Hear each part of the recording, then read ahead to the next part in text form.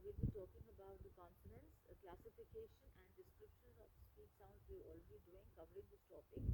And in this topic, today I think is the last class when we'll be dealing with the classification and description of consonant sounds. We've already covered the vowels, and I think it's absolutely clear to you how we have to go by it. We don't have to go into much technicality that you have to remember always, and neither we have to get worried about remembering the names and everything, but a little bit of idea is essential in order to understand and state clearly in your answers.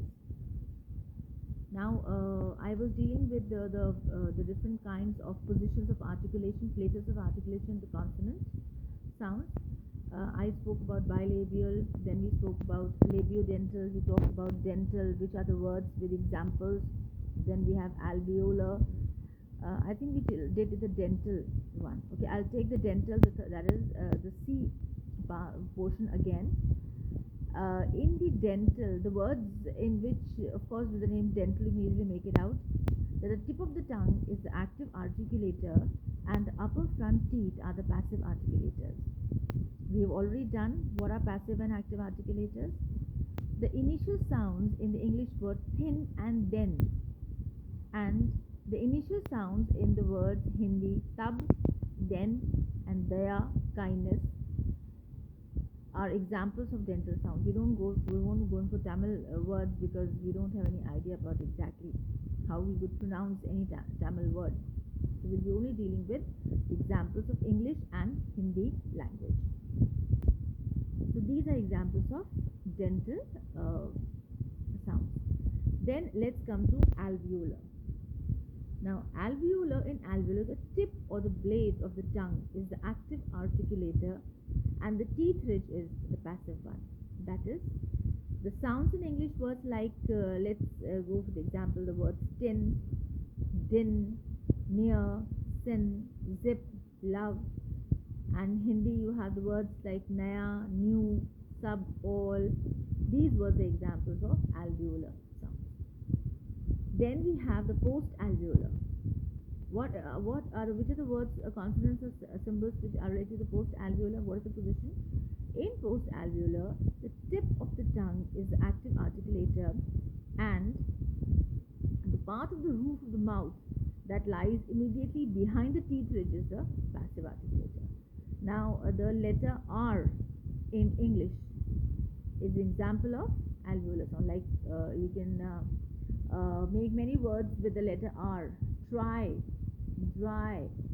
Okay, it's an example of post-alveolar sound. Then let's come to the Palatial Alveolar. That is here the tip of the tongue, or the tip and the blade of the tongue are the active articulators and the teeth ridge is the passive articulator. Simultaneously, the front of the tongue is raised in direction to the heart palate, and the initial sounds in English, like you have the words sheep, and sheep. Okay. They are the sounds that represents in the letter S or sir in English word. Like you have the word leisure. Now, sir, we don't have any kind of sir sound in the word leisure. We have j sound. This is an example of palatial alveolar sound. Then come to retroflex. What is retroflex?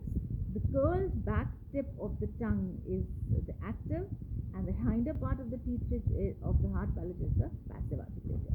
Like the sound you have in example is been given here.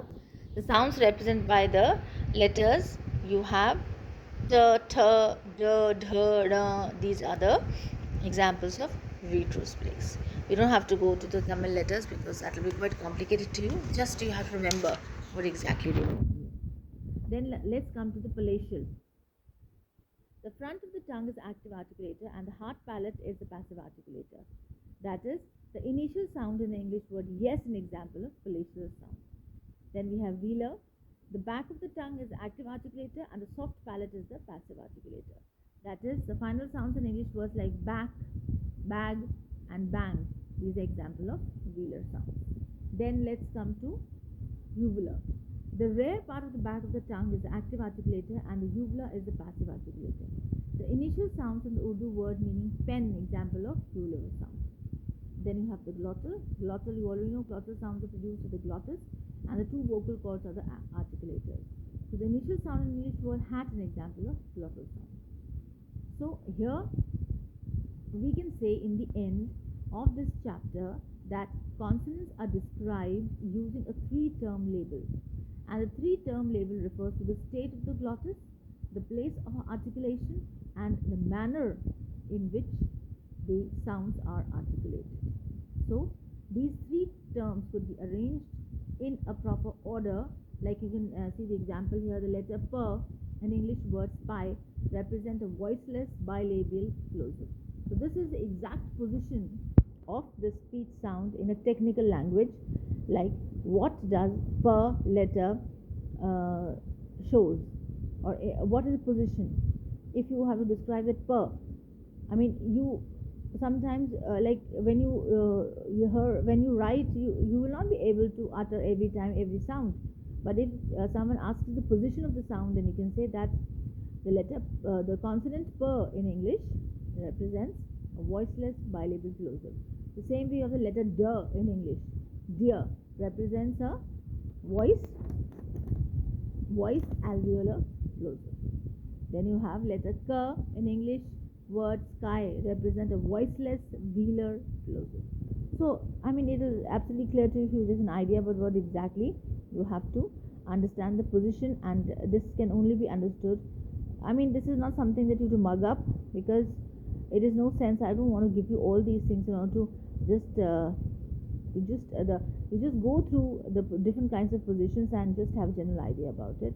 The rest is not so much in detail has to be represented, because it's not covering so much of your marks in the paper. So that's all for the class today, and we've completed the classification description of speech sounds, and I will provide the material to you on the group. Thank you so much.